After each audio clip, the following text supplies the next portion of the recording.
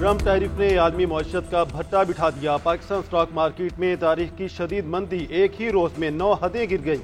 Trading के दौरान इब्तदाई तौर पर 3 और फिर 6 नफ्सियाती हदें गिरी। 100 इंडेक्स में 8,687 पॉइंट्स की कमी रिकॉर्ड की गई। बाद में इंडेक्स 4,000 से जायद पॉइंट्स की रिकवरी।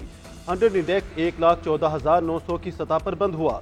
शदीद मंदी के बायस ट्रेडिंग 1 घंटे के लिए मुअत्तल रही। सीमेंट, कमर्शियल बैंकों, फर्टिलाइजर, रिफाइनरी समेत अहम शोबों में फरोख्त का दबाव। गुज़श्ता हफ्ते इंडेक्स 1,18,791 पॉइंट पर बंद हुआ था। माहिरीन के मुताबिक ट्रम्प टैरिफ का पाकिस्तान के स्टॉक मार्केट पर असर पड़ रहा है।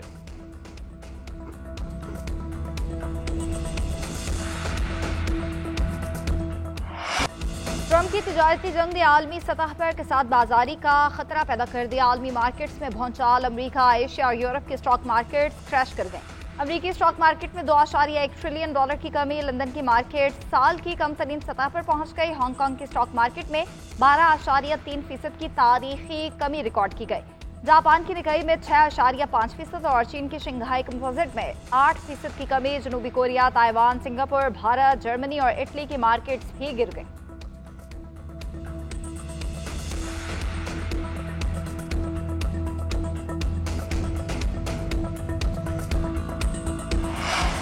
अमरीकी सदर ट्रंप ने चीन को मजीद टैरिफ लगाने की धमकी दे दी। मंगल से चीन पर इजाफी महसूलात आयद करने का ऐलान। कहा, अगर अमरीका पर 34% जवाबी टैरिफ वापस ना लिए गए तो बीजिंग पर इजाफी महसूलात 50% होंगे। स्टॉक मार्केट में मंदी पर रद्द-ए-अमल देते हुए बोले, हम किसी चीज को गिराना नहीं चाहते, लेकिन कभी कभार कुछ ठीक करने के लिए आपको दवा लेनी पड़ती है। व्हाइट हाउस की 50 से ज्यादा ममालिक की जानिब से मुज़ाकरात के लिए अमरीकी सदर से राब्ते की तस्दीक। इंडोनेशिया और ताइवान का अमरीका पर जवाबी टैरिफ न लगाने का फैसला। वियतनाम की भी अमरीकी दरामदपात पर टैरिफ सिफर करने की पेशकश। यूरोपीय यूनियन का अमरीका पर पलटकर वार। अमरीकी दरामदात पर $28 अरब टैक्स लगाने का फैसला। आलमी मंडियों में तेल की कीमतें 4 साल की कम तरीन सतह पर। WTO $60 फी बैरल पर आ गया। बरतानवी खाम तेल की कीमत भी $64 फी बैरल तक पहुंच गई। गुज़िश्ता 5 दिनों से आलमी सतह पर खाम तेल की कीमत में 10% कमी रिकॉर्ड। उधर पाकिस्तान में भी 16 अप्रैल से पेट्रोल और डीजल सस्ता होने का इम्कान।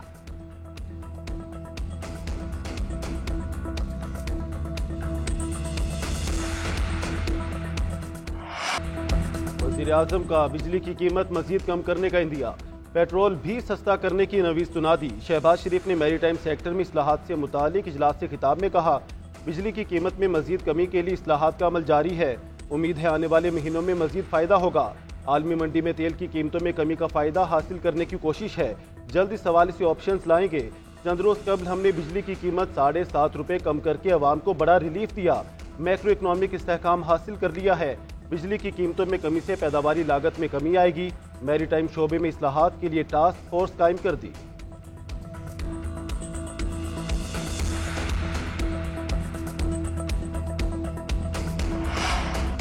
अमरीकी वज़ीर ख़ारजा मार्को रूबियो का नायब वज़ीर आज़म इसहाक डार से टेलीफोनिक रब्ता, दो तरफ़ा ताल्लुकात, इलाकाई सलामती और इक़्तिसादी ताउन पर बातचीत।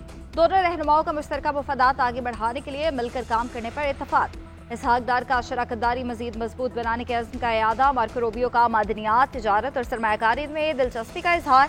कहा, पाकिस्तान के साथ अहम शोबों में तिजारत बढ़ाना चाहते हैं। अमरीकी वज़ीर ख़ारजा ने अफगानिस्तान में अमरीकी फ़ौजी सामान का मामला हल करने पर भी इत्तफ़ाक़ किया।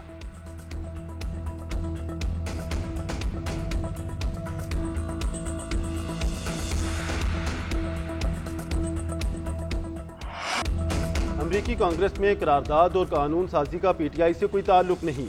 किसी अमरीकी वफ्द से भी पीटीआई का कोई राब्ता नहीं। बैरिस्टर गौहर ने साफ साफ बता दिया। चेयरमैन पीटीआई मुल्क की बेहतरी के लिए इस्टेब्लिशमेंट से मुज़ाकरात की हामी। मीडिया से गुफ्तगू में कहा, तमाम तर इख्तलाफात के बावजूद मामला तफाहम व तफहीम से हल होने चाहिए। इस्टेब्लिशमेंट से डायलॉग में ब्रेक थ्रू होना चाहिए। एक सवाल के जवाब में कहा, अपोजिशन जमातों के साथ अलायंस बनाएंगे, आइंदा का लाहेमल मुश्तरका तय करेंगे। मौलाना फजल रहमान ने मजलिस आमला के बाद 15 अप्रैल को फैसले से आगाह करने का कहा है। उम्मीद है आइंदा हफ्ते अपोजिशन इत्तेहाद की दूसरी मीटिंग में बातचीत आगे बढ़ेगी। अपोजिशन से मिलकर मुश्तरका TORs तय किए जाएंगे।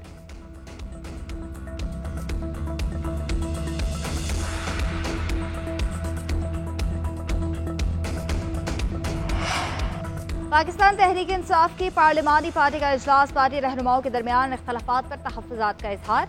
ऑपोजिशन लीडर उमर अयूब कहते हैं पार्टी के अंदर किसी किस्म का कोई इख्तलाफ नहीं, सब हमारे दिलो जान हैं, हमारी जान के टुकड़े हैं। पीटीआई एक जमहूरी पार्टी है और यहाँ पर हर किसी के अपने अपने व्यूज हैं। आतिफ खान बोले बानी पीटीआई ने साजिश जैसी कोई बात नहीं की, ऐसे बयानात से चिपकलिश बढ़ेगी और गिले शिकवे होंगे।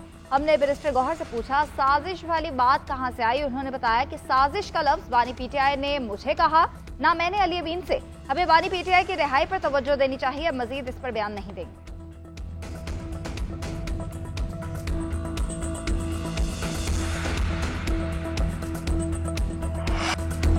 ऑपोजिशन का कौमी असम्बली इजलास में एक बार फिर शोर शराबा, स्पीकर डाइस का घेराव, वजीर ममलिकत दाखिला तलाल चौधरी की तकरीर के दौरान हंगामा आराई, झूठ झूठ के नारे। पीटीआई के एहतजाज पर स्पीकर कौमी असम्बली बरहम बोले यह गलत बात है, अब किसी को माइक नहीं दूंगा।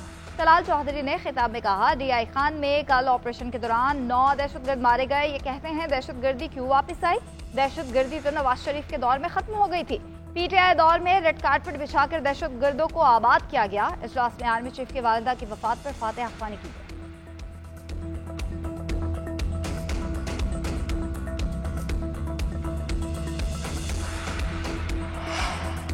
सिंध हाईकोर्ट ने इरसा के पानी की दस्तयाबी के सर्टिफिकेट के खिलाफ हुक्म इम्तना जारी कर दिया। वफाकी हुकूमत से 18 अप्रैल तक तफसीली जवाब तलब। इरसा में सिंध के रुकन की तयनाती न होने पर सेक्रेटरी वजारत पानी और आबी ज़खायर और वफाकी सेक्रेटरी स्टैब्लिशमेंट डिवीजन को तौहीन अदालत का नोटिस जारी। दोनों अफसरान 7 मई को ज़ाती हैसियत में तलब। दरख्वास्त गुजार किसान के वकील का मौक़िफ़ था कि इरसा में सिंध से रुकन की तयनाती न होने के बाइस उसकी तश्कील और तमाम फैसले गैर कानूनी हैं। इरसा ने 25 जनवरी को चौलिस्तान और थल कैनाल की तामीर के लिए पानी की फ्राहमी का सर्टिफिकेट जारी किया था।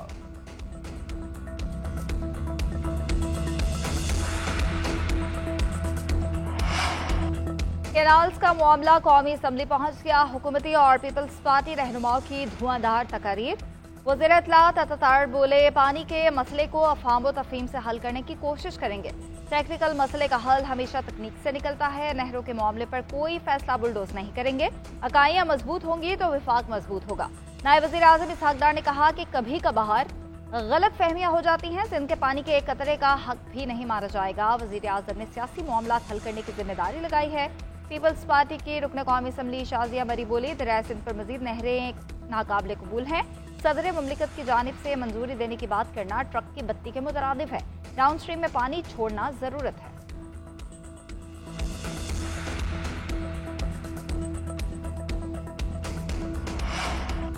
नायब वज़ीर आज़म इसहाक डार और वज़ीर आला सिंध मुराद अली शाह के दरमियान टेलीफोनिक राब्ता। कैनाल्स मंसूबे पर तफसीली तबादला ख्याल। इसहाक डार ने कहा सिंध का एक कतरा पानी नहीं लेंगे। मुराद अली शाह बोले हमें चौलिस्तान कैनाल किसी सूरत पर काबिल कबूल नहीं। जब सिस्टम में पानी मौजूद नहीं है तो नई कैनाल्स में पानी कहाँ से आएगा। नायब वज़ीर आज़म के मामले पर बैठकर बातचीत के जरिए मसला हल करने की यकीन दहानी।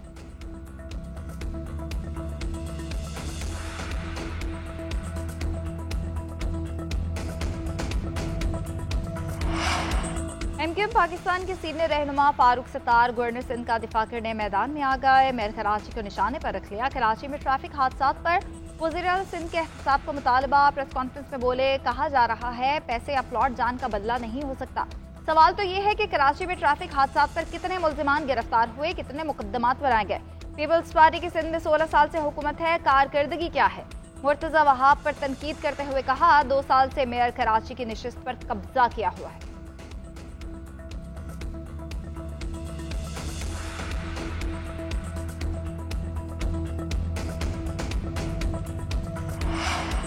फारूक सत्तार ने गवर्नर का तर्जुमान बनकर अवाम को गुमराह करने की कोशिश की। मेयर कराची मुर्तज़ा वहाब का जवाब। बोले अब धौंस धमकियों का वक्त गुजर चुका। ये 1988, 1990 और 12 मई का कराची नहीं। मासी में जहां बोरीबंद लाशों भत्तों पर सियासत की जाती थी, लोगों ने मनफी और तासुब की सियासत को मुस्तरद कर दिया है। हमारा काम बुरा लगता है तो लगे, हम नालों को क्लियर आप ब्लॉक करते हैं, खुद को अवामी गवर्नर कहते हैं और सड़कें ब्लॉक करते हैं।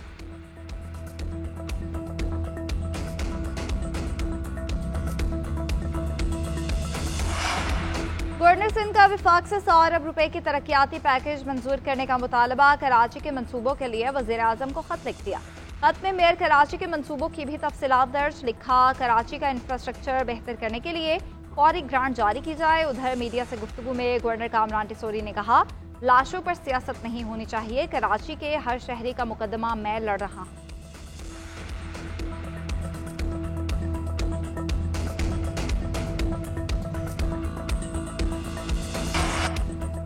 सिविलियन किसी फौजी तंजीम को नुकसान पहुंचाए, टैंक चोरी करे तो उस पर आर्मी एक्ट का इतलाक होगा। कानून बनाने वालों ने तय करना है ट्रायल कहां होगा। वजारत दिफा के वकील ख्वाजा हारिस की फौजी अदालतों में सिविलियंस का ट्रायल कलअदम करार देने के खिलाफ केस में रिमार्क्स। जस्टिस जमाल मंदोखेल बोले, किसी मुजरिमाना अमल पर FIR बनती है, यहाँ सवाल ट्रायल का है। जस्टिस मोहम्मद अली मजहर ने रिमार्क्स दिए, गिरफ्तारी से कबल FIR का होना जरूरी है। जस्टिस जमाल मंदोखेल ने कहा, आपके मुताबिक फौजी अदालतें आर्टिकल 175 के जिम्मे में आती हैं। फौजी अदालतें आइन की किस शिक के तहत हैं, फिर ये बता दें। दहशतगर्दी कंट्रोल करना पार्लिमान का काम है, अदालत का नहीं। अदालतों ने सिर्फ ये देखना होता है ट्रायल आइन के मुताबिक है या नहीं।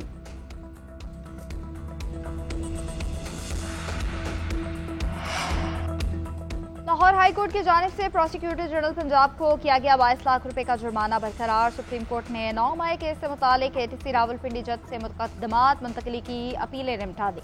चीफ जस्टिस याहिया अफरीदी ने कहा कि जमानत के फैसलों में बाज़ अदालती फाइंडिंग दुरुस्त नहीं है। चीफ जस्टिस हाई कोर्ट ने पूरा सूबा चलाना होता है। Chief justice Lahore high court ने जज के खिलाफ रेफरेंस पर हुकूमत को पैगाम देना था। हाई कोर्ट के इख्तियार में मुदाखलत नहीं करना चाहते, जुर्माने अदा कर दें, ये इतना बड़ा मसला नहीं है। पंजाब हुकूमत ने साबिक ATC जज रावलपिंडी एजाज आसिफ के खिलाफ रेफरेंस दायर किया था। लाहौर हाई कोर्ट ने रेफरेंस और मुकदमा मुंतकली की दरख्वास्त खारिज कर दी।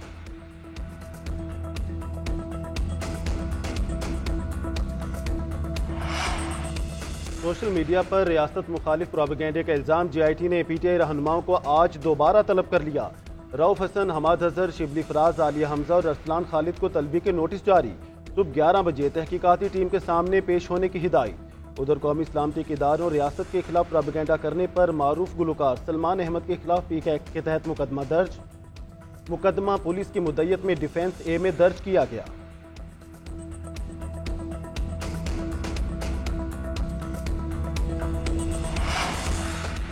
पानी PTI की तरह जेल में बेहतर सहूलतें फराहम की जाएं। बुशरा बीवी ने इस्लामाबाद हाई कोर्ट से रुजू कर लिया। वकला की जानिब से दायर दरख्वास्त में मौक़िफ़ अपनाया गया। बुशरा बीवी बतौर खातून अव्वल वज़ीर आज़म हाउस में मुकीम रही हैं। अपने बेहतर मेयार ज़िंदगी की वजह से कानून के मुताबिक बेहतर सहूलियात की हकदार है। जेल रूल्स के तहत बुशरा बीवी को बेहतर सहूलियात की फराहमी का हुक्म दिया जाए। रजिस्ट्रार इस्लामाबाद हाई कोर्ट ने बुशरा बीवी की दरख्वास्त पर एतराज़ लगा दिया। एतराज़ात के साथ दरख्वास्त आज समाअत के लिए मुकर्रर जस्टिस इनाम अमीन मिन्हास के सुनेंगे।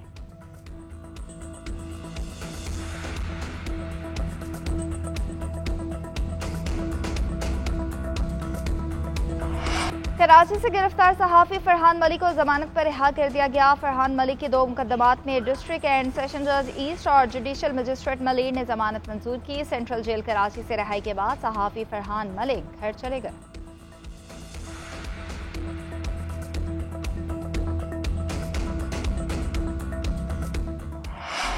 वफाकी वज़ीर दाखिला मोहसिन नकवी की ज़ेर सदारत नेक्टा के बोर्ड ऑफ गवर्नर्स का 5वां इजलास नेक्टा के तहत कायम इदारे national intelligence fusion and threat assessment centre की मंजूरी दी गई। इजलास में 4 सूबाई सेक्रेटरीज दाखिला बतौर member NACTA board of governors के इजलास में शरीक हुए। मोहसिन नकवी ने कहा कि इस इदारे का क़याम नेक्टा के हकीकी मकासद के हुसूल की तरफ एक अहम कदम साबित होगा। दहशतगर्दी के मुकम्मल सदेबाब के लिए मुतल्लिका इदारों की मुशावरत के बाद इदारे का क़याम अमल में लाया गया।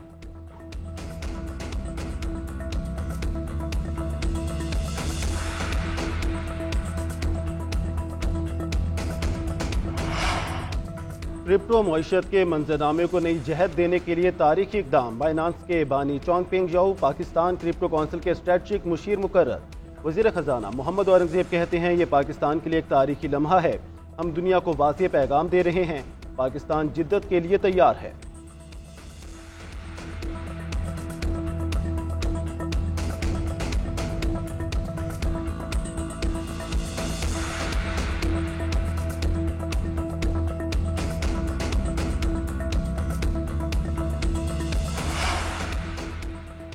स्पेस बोर्ड ने स्टारलिंक को आरजी लाइसेंस दे दिया। चेयरमैन PTI की कायमा कमेटी बराए इंफॉर्मेशन टेक्नोलॉजी इजलास में वजाहत बोले, स्टारलिंक को मुकम्मल लाइसेंस उनकी रेगुलेशंस फाइनल होने के बाद दिया जाएगा। स्टारलिंक का लाइसेंस उस वक्त तक इजरा के मरहले में है। शिजा फातिमा ने कहा, स्टारलिंक के लाइसेंस के मामले में कोई मुश्किलात नहीं। सैटेलाइट इंटरनेट एक नई टेक्नोलॉजी है, उसके मुख्तलिफ पहलू देखने वाले थे।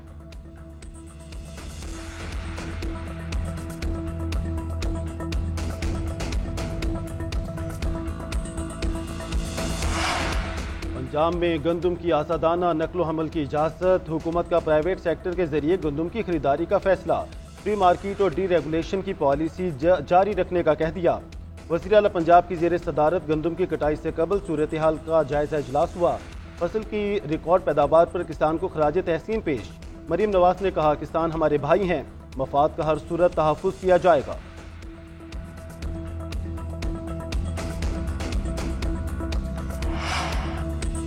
वज़ीर आला खैबर पख्तूनख्वा अली अमीन गन्नापुर से बनू कौमी जरगे के वफ़द की मुलाकात, मसाइल और मुश्किलात से आगाह किया। अली अमीन गन्नापुर ने कहा, बनू में बंद सड़कें खोलने के लिए तरीक़ाकार वज़ा किया जाएगा।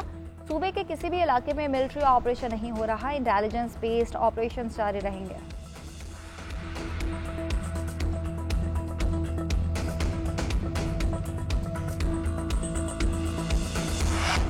पाकिस्तान सुपर लीग सीजन 10 का मैदान सजने के करीब। अब तक 9 एडिशंस में तमाम 6 टीम्स को ट्रॉफी जीतने का मौका मिला। लीग ने 2016 में 5 टीम्स के साथ अपने सफर का आगाज किया। इस्लामाबाद यूनाइटेड इफ्तिताही इवेंट की फातेह बनी।